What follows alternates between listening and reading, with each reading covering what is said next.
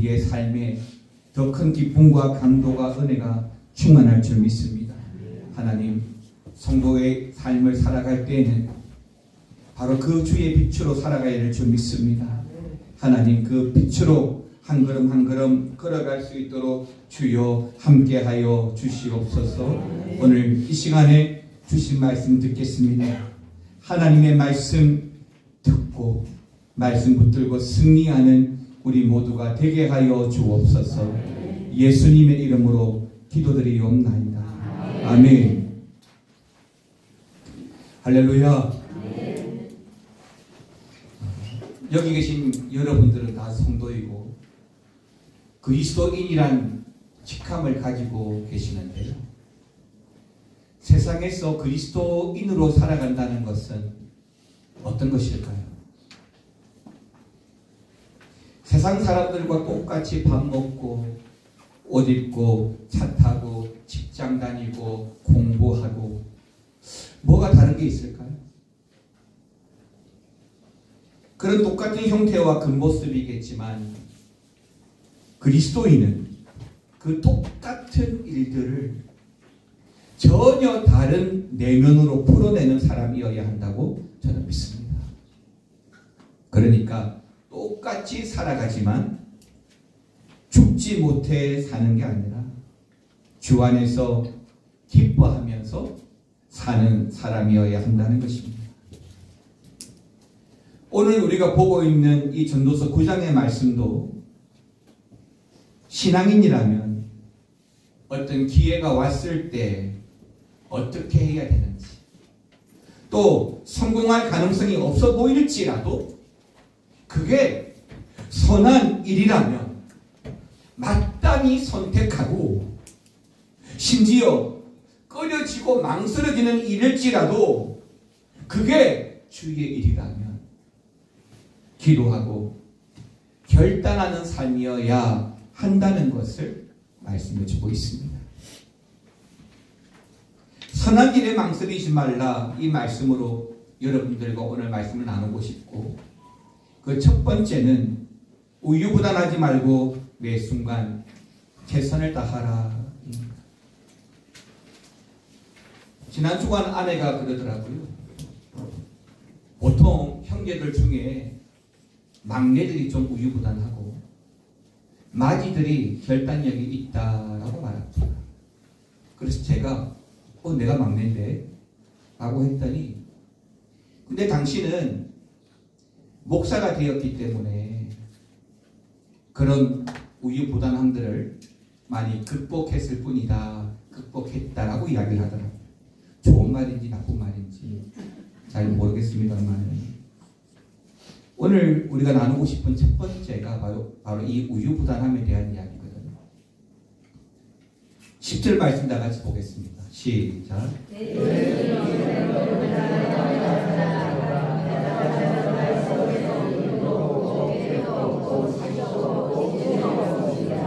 무슨 말이죠?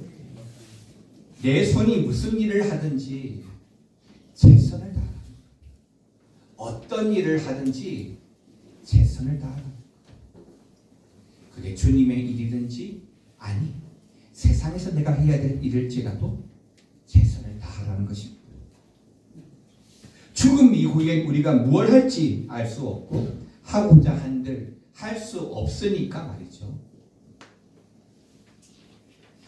그리고 이 10절 말씀에서 이를 얻는 대로, 이 말씀은 주어진 상황에서 망설이지 말고 힘을 다해서 살라라고 하는 교훈인 것인데요. 어떤 사람은 그저 주어진 상황에 만족하면서 살아가는 사람이 있습니다. 그리고 또 그렇지 못하고 해야 할지 하지 말아야 할지를 계속적으로 망설이고 있는 사람도 분명히 있습니다.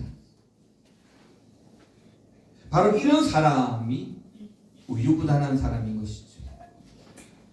해야 할지 말아야 할지, 좋게 말하면 결정에 장애가 있는 분들. 그럼 여러분들은 우유부단하실까요? 아니면 단호하게 해야 할 일을 해 가시는 분들이십니까? 성경은 우리에게 더 자세한 것을 말씀해 주고 있는데, 그러니까 우유부단함과 이 망설임에 대해서 성경은 신중하게 기도하며 결정하는 것과는 전혀 다른 문제로 보고 있는 것입니다. 다시 말해서 하나님의 뜻이었음에도 불구하고 우유부단하는 경우에는 성경은 이를 부정적으로 보고 있습니다.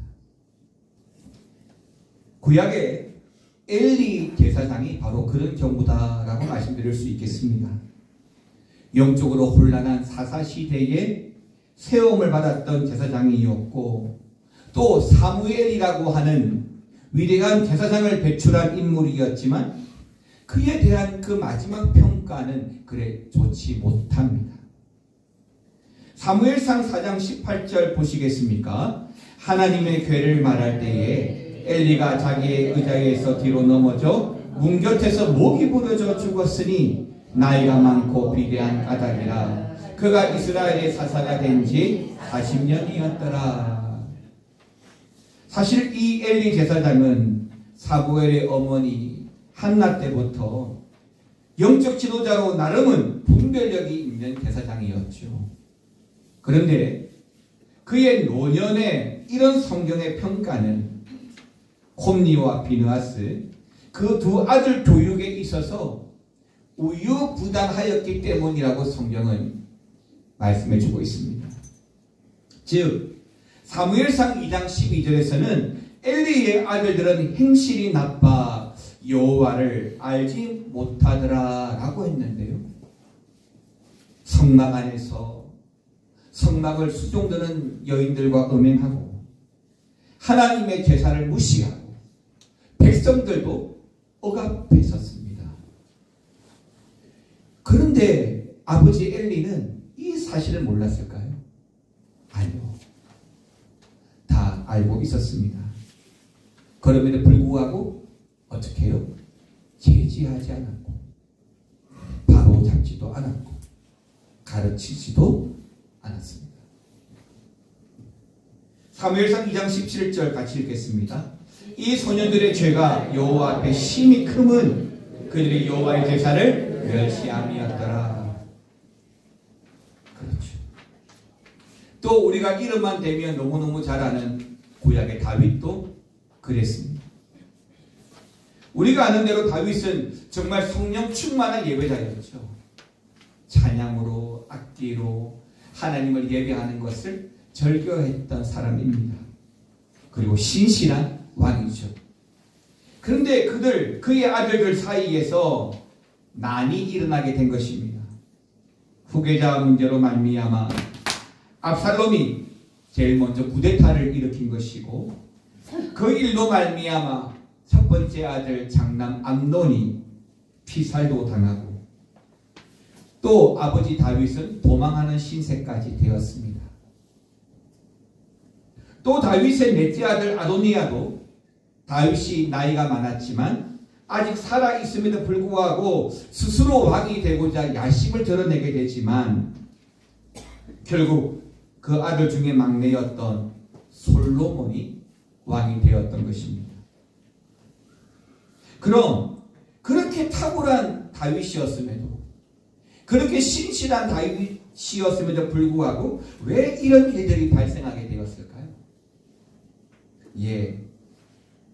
나이가 들고 영적 판단력이 흐려지면서 그렇게 우유부단하게 된 것입니다. 사랑하는 성도 여러분, 엘리는 자녀 문제로, 다윗은 또한 나이 문제로 영적 판단력에 문제가 있었고 제대로 가르치고 교육하지 못했습니다. 그러니까 이 일들을 교훈 삼아 우리는 주어진 상황에서 오늘 10절 말씀처럼 내 손이 하는 일에 대해서 최선을 다하고 기꺼이 하나님의 일을 선택해야 한다고 믿습니다.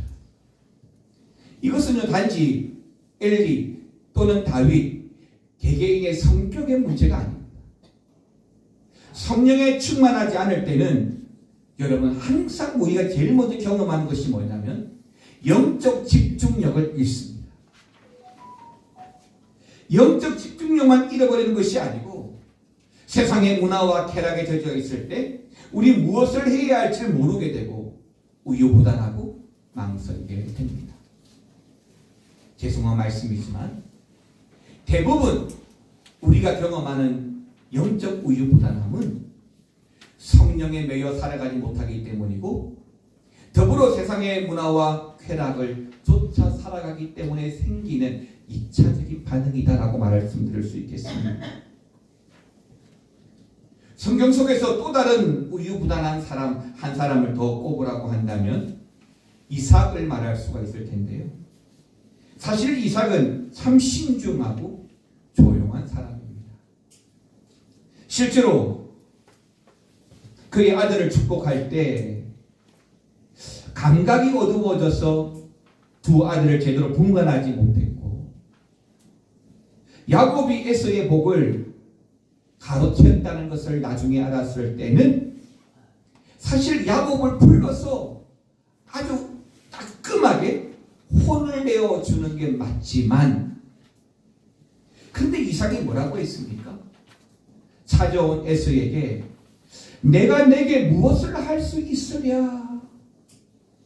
아비로서 너무나 유약하고 결단력이 없고 우유부단한 모습만 보일 뿐이었죠. 창세기 27장 37절은 이를 잘 보여주는데요. 같이 읽어보겠습니다.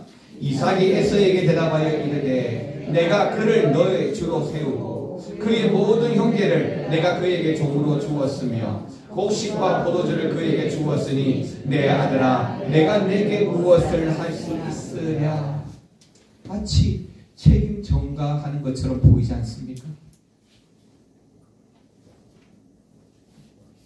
다시 말씀드리지만 여러분 우유부단할 것이냐 즉 어떻게 선택할 것이냐 주어진 상황에 최선을 다할 것이냐 그렇지 아니할 것이냐는 단지 개개인의 성격의 문제 환경의 문제가 아니라는 겁니다. 어떤 문제라고요? 성령 충만하지 않을 때 우리는 집중력을 잃게 되고 더 나아가 세상의 쾌락에 빠져 있을 때 세상의 심취에 있을 때 세상을 우선순위에 두고 살아갈 때에 우리는 무엇을 해야 할지 모르고 우유부단하게 되는 것입니다. 그러나 성령 충만과 말씀과 기도로 하나님께 그 집중하고 살아갈 때에는 우리는 주어진 상황에서 하나님의 뜻이라고 믿고 언제나 최선을 다하고 견고하고 단단한 모습으로 살아가게 되는 줄 믿습니다. 이삭이 그랬습니다. 유약해 보이던 이삭, 우유부단한 이삭이었지만 의외로 한 사건에서 즉 우물 사건에서는 정말 견고하고 단단한 모습을 보여주고 있는데요. 창세기 26장 15절은 이렇게 기록합니다. 그의 아버지 아브라함 때에 그 아버지 종들이 판 모든 우물을 막고 흙으로 메웠더라. 이삭이 우물을 한 번만 봤을까요? 아니요. 에색, 신나, 르호봇 무려 3번씩이나 우물을 파고 또 파야만 했습니다. 쫓겨나기도 수시였죠. 그러나 성경은 분명히 쫓겨났음에도 불구하고 이삭이 양보했다라고 합니다. 다시 말하면 이삭은 우물을 파고 쫓겨나고 또 파고 쫓겨나고 또 우물을 파야 했지만 거기에 낭망하지 않고 언제나 주어진 상황에 하나님의 뜻을 구하고 최선을 다함으로 새로운 우물에 계속 도전하더라는 것입니다. 그럼 어떻게 그럴 수 있었을까요? 이삭의 성격이 신중하고 낙천적이어서입니까? 아니죠.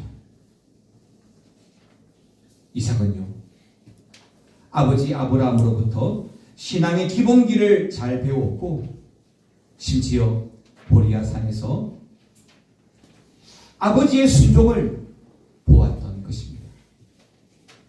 사랑하는 성도 여러분, 성도로 살아갈 때는 성령 충만으로 살아가야 되는 것을 믿으시기 바랍니다. 말씀과 기도로 하나님께 집중하고 살아가시기를 주의 이름으로 축원합니다. 그럴 때 우리는 어떤 일이라도 힘을 다해 살아가는 견고한 성도가 되는 줄 믿습니다. 두 번째는 여러분, 선한 일이라고 하면 망설이지 마십시오.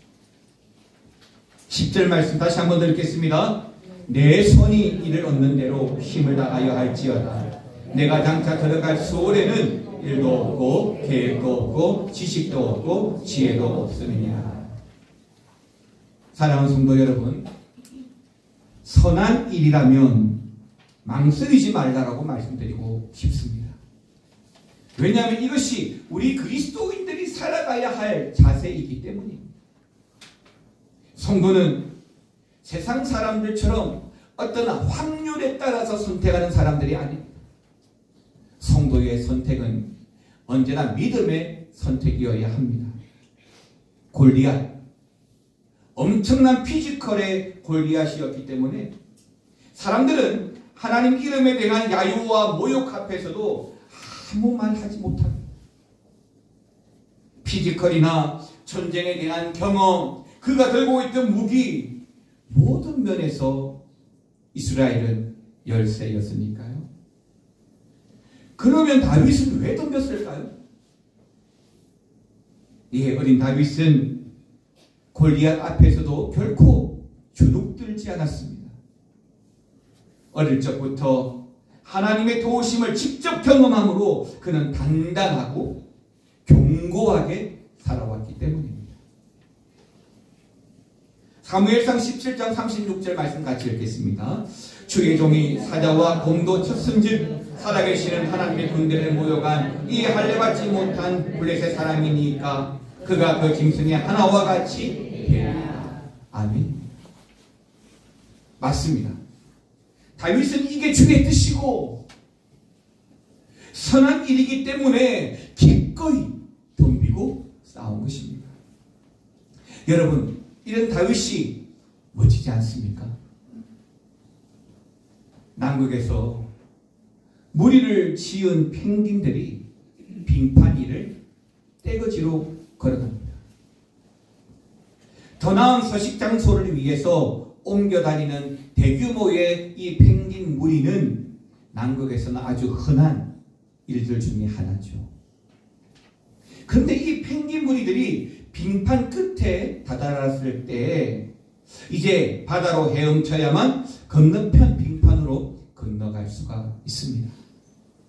그러나 바닷속에는 범고래, 바다표범 등 펭귄을 위협하는 천적들이 득실거립니다. 그러나 여기를 지나가지 않으면 알을 낳고 새끼를 기를 땅으로 갈 수가 없죠.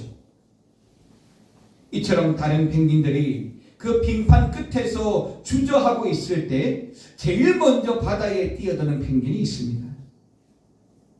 연약한 펭귄들은 무리를 지어 자신들을 서로 보호하지만 이 처음 펭귄은 바다에 뛰어드는 순간에 말 그대로 무방비 상태가 되는 것입니다. 바닷속에 무엇이 있는지 전혀 알지 못하지만 모든 펭귄 무리가 바다를 건너야 한다는 그 선한 목표를 위해서 과감하게 이 처음 펭귄은 뛰어드는 것입니다. 이 최초의 펭귄이 가장 먼저 용기를 내어서 바다에 뛰어들면 다른 펭귄들도 줄줄이 바다로 뛰어듭니다. 그러면서 두려움을 극복하게 되고 결국에 천적들도 이겨내고 바다를 건너 다른 빙판으로 가게 되죠. 바로 이 처음 펭귄, 그 선구자 역할을 했던 이 펭귄을 뭐라고 부르느냐라고 하면 더 퍼스트 펭귄이라고 부릅니다. 말 그대로 첫 번째 펭귄이란 뜻이죠. 사랑하는 성도 여러분, 하나님의 일은요, 선한 일 앞에서 이렇게 믿음으로 뛰어드는 사람을 통해서 성취된다는 사실을 믿으시기 바랍니다. 그렇습니다. 주의 뜻, 그게 선한 일이라고 한다면 우유부단하지 않고 뛰어드셔야 합니다. 가끔 후회해 보신 적이 있을 겁니다. 젊었을 때부터 할 걸, 짐작할 걸, 하지 말 걸. 그런데요, 선한 일을 하게 되면 후회가 없습니다. 무슨 말이냐면, 실패해도 그게 선한 일이었다고 한다면 그때 내가 왜 했지? 이런 생각을 하지 않습니다. 아니, 결과가 안 좋아도 오히려 사람들에게 자랑스럽게 말할 수가 있습니다. 그러나 여러분, 선한 일에 뛰어드는 일이 항상 좋은 결과만 주어지는 것이 아닐 수 있습니다. 그러나 언젠가 우리 하나님께서 반드시 그 선한 열매를 맺어주실 것이라고 저는 믿습니다. 왜냐하면 우리 하나님이 살아계시기 때문입니다. 조금 전 말씀드렸던 그 처음 펭귄들처럼 저는 선교사님들을 보면 그들이 바로 그 첫 번째 펭귄이다 라는 생각이 듭니다. 미국 북장로교 선교사 언더우드나 감리교 선교사 아펜젤러, 대동강에서 한국에 도착하자마자 성경 한 권 전해주고 순교 당하신 토마스 선교사, 그들이 한국을 한 번이나 본 적이 있었습니까? 한 번이라도 먼저 와 보았을까요? 그러나 첫 번째 펭귄처럼 그들은 뛰어든 겁니다. 한국이라는 바다에 말이죠. 왜죠? 선한 일이니까. 주님의 뜻이니까. 비록 내가 전하는 복음이 나의 때에 그 일이 이루어지지 않더라도 그럼에도 그들은 그 첫 번째 펭귄이 됩니다. 빌립보서 1장 6절은 이렇게 말합니다. 너희 안에서 착한 일을 시작하신 이가, 너희 안에서 착한 일을 시작하신 이가 그리스도 예수의 날까지 뭐라고요? 이루어 주실 줄을 우리는 믿으시기 바랍니다. 하나님은 바울을 통해 시작한 그 착한 일을 반드시 예수님의 날까지 결국에는 이루십니다. 바로 이런 믿음의 은사를 구하고 살아가시기를 주님의 이름으로 축원합니다. 바울은 이 믿음으로 그 인생의 황혼기까지 살아오면서 이렇게 고백합니다. 나는 선한 싸움을 싸우고 나의 달려갈 길을 마치고 믿음을 지켰으니. 디모데후서 4장 7절 말씀이 바로 그 바울의 고백입니다. 그렇습니다. 선한 싸움을 싸우고 달려갈 길을 마치고 믿음을 지켰습니다. 이게 바울의 고백이죠. 여러분, 바울의 고백처럼 저나 여러분도 선한 싸움을 싸우고 달려갈 길을 마치고 믿음을 지켜가시기를 주의 이름으로 다시 한 번 더 축원합니다. 싸워야 할 만한 싸움은 싸워야죠. 골리앗 앞에서는 피하면서도 아랫집 윗집 층간소음으로는 칼 들고 싸우는 사람들도 있습니다. 달려가야 할 만한 길을 걷고 정직과 온유와 간용의 길을 걸어야 하는데 더러운 편법의 길과 진흙탕 같은 싸움터의 길을 걷는 이 시대에도 바울과 같이 믿음을 지켜가는 저와 여러분 되시기를 다시 한 번 더 주님의 이름으로 축원합니다. 자존심, 체면, 돈 지켜내야 할 것들이 많지만 성도는 우리가 진짜 지켜내야 하는 것은 바로 우리의 믿음인 것입니다.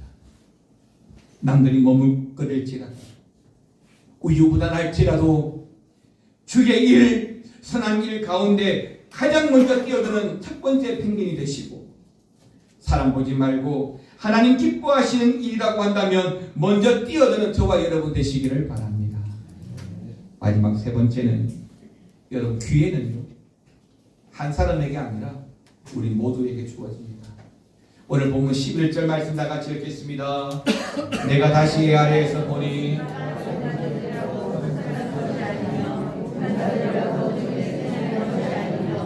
지혜자라고 음식물을 얻는 것도 아니며 명철자들이라고 재물을 얻는 것도 아니며 지식인들이라고 은총을 입는 것이 아니니 이는 시기와 기회는 그들 모두에게 임함이니라. 아멘입니다. 뭐라고 했습니까? 빠른 경주자라고 뭐라고요? 먼저 도착하는 것이 아니에요. 용사라고 항상 승리하는 것도 아니고요. 지혜자라고 다 배부르지 않습니다.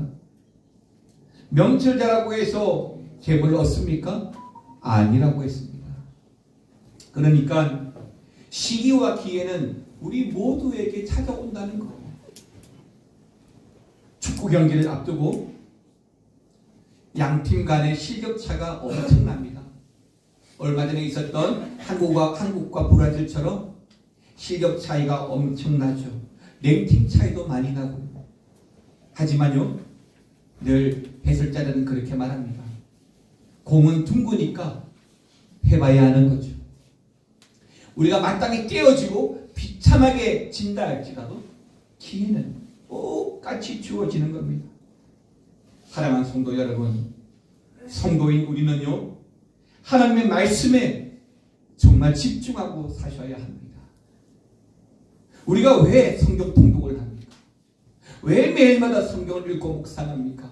하나님의 말씀을 놓치지 않기 위해서입니다. 그럼 하나님의 말씀을 왜 놓치지 말아야 합니까? 그래야만 내가 우유부단하지 않고 끝까지 믿음의 선한 길을 지켜갈 수 있기 때문인 거죠. 살다 보면 계속해서 실패할 수 있고, 바로 그 패배와 실패 때문에 나에게 기회가 없어, 왜 나만 이런 거야 라고 할 수 있겠지만 아닙니다. 기회는 똑같이 찾아옵니다. 이삭의 우물 사건에서 이삭이 왜 내게만 이런 일이 자꾸 생기지? 라고 말할 법하지 않습니까? 에색, 신나, 르호봇. 그러나 이삭은 그렇게 말하지 않죠. 이삭은 창세기 26장 22절에서 이렇게 말합니다. 다 같이 시작.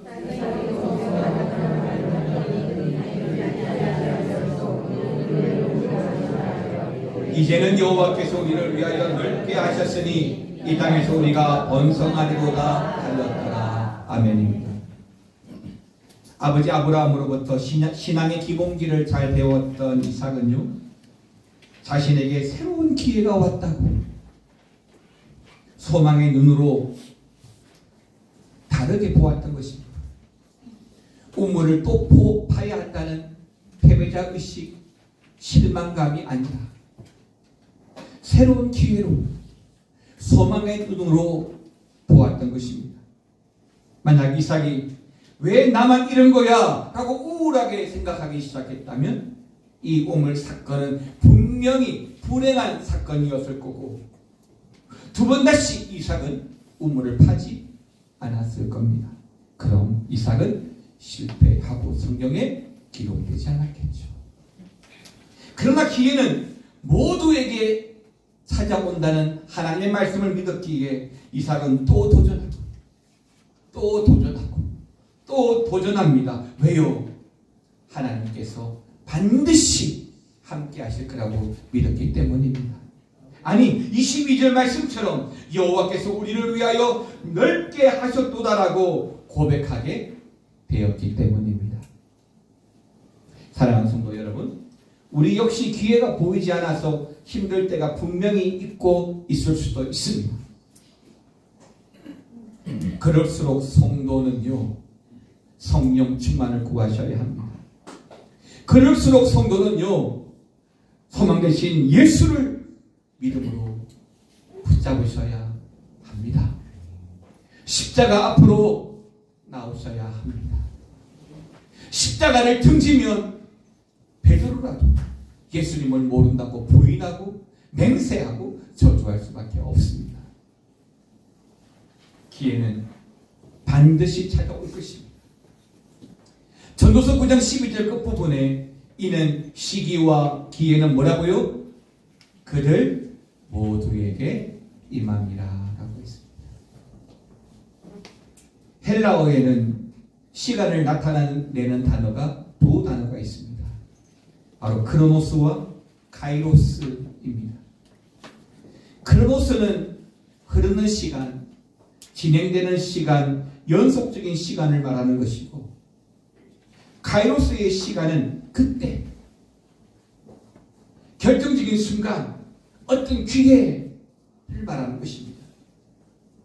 여러분 인생에 있어서 흐르는 시간 가운데 분명 특정한 그때, 그 기회의 순간은 언제였는지 아십니까? 사람들은 보통 그 기회를 잡으면 성공한다고 그러죠. 저도 그 기회를 잘 잡아서 성공한 사람입니다. 고등학교 2학년 때 하나님을 인격적으로 만났습니다. 저는 그때가 제 인생의 가장 최고의 때인 것 같습니다. 하나님을 만남으로써 제 삶의 방향이 확고해졌고 살아가야 할 이유도 분명해졌습니다. 그리고 본질적으로 제가 영생을 얻게 되었다는 것이죠. 이보다 더 큰 기회가 어디 있겠습니까? 사랑하는 성도 여러분, 선한 일에 주의 일에 망설이지 마십시오. 선한 일에 주의 일에 순종하십시오. 그럼 반드시 하나님이 기회를 주십니다. 이번 한 주간에도 그렇게 믿음으로 도전하고 성령님을 의지하고 살아가시기를 바랍니다. 말씀과 기도로 여러분의 영적 집중력을 키우시고 가감히 첫 번째 펭귄의 삶을 살아가심으로 내 자녀들 또는 세상이 우리를 통해서 하나님의 살아계심을 보게 하는 은혜가 있으시기를 주님의 이름으로 축원합니다. 이번 주에도 그런 은혜를 통해서 하나님을 예배하고 예배 자리로 나오시기를 바랍니다. 찬양하십시다. 따스한 성령님 마음으로 보내. 따스한 성령님 마음으로 보내. 내 몸을 감싸며 주어지는 평안함 만족함을 느끼며. 다시 한 번 더 따스한 성령님 따스한 성령님 한 줄기 빛보내 한 줄기 빛보내. 내 몸을 감싸며 주어지는 평안 그 사랑을 느끼 부르신 곳에서 나는 예배하네. 어떤 상황에도 나는 예배하네. 부르신 곳에서 나는 예배하네. 어떤 상황에도 나는 예배하네. 내가 걸어갈 때 힘이 되고 살아갈 때 삶이 돼. 그곳에서 예배하네. 내가 걸어갈 때 힘이 되고 살아갈 때 삶이 되는 그곳에서 예배하네. 부르신 곳에서 나는 예배하네. 어떤 상황에도 나는 예배하네. 부르신 곳에서 나는 예배하네. 어떤 상황에도 나는 예배하네. 따스한 성령님 마음으로 보내. 나를 감사며 주어지는 평안과 만족함을 느끼는 따스한 성령이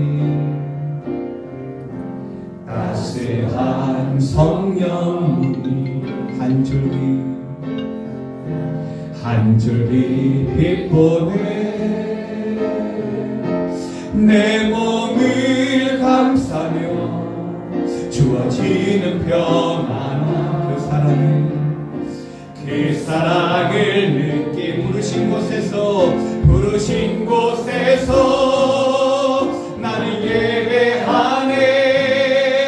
어떤 상황에도 나는 예배하네. 부르신 곳에서 나는 예배하네. 어떤 상황에도 나는 예배하네. 내가 걸어갈 때 길이 되고 살아갈 때 삶이 돼. 그곳에서 예배하네. 내가 걸어갈 때 길이 되고 살아갈 때 삶이 돼. 그곳에서 예배 함께 일어나셔서 부르신 곳에서 나는 예배하네.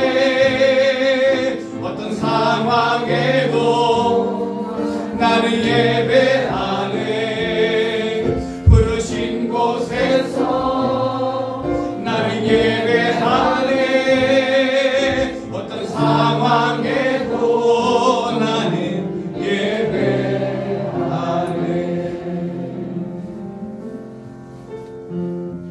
이삭은 어릴 적부터 아버지 아브라함으로부터 믿음의 견고함을 가지고 순종하며 살아가야 될 성도의 삶을 배워왔습니다.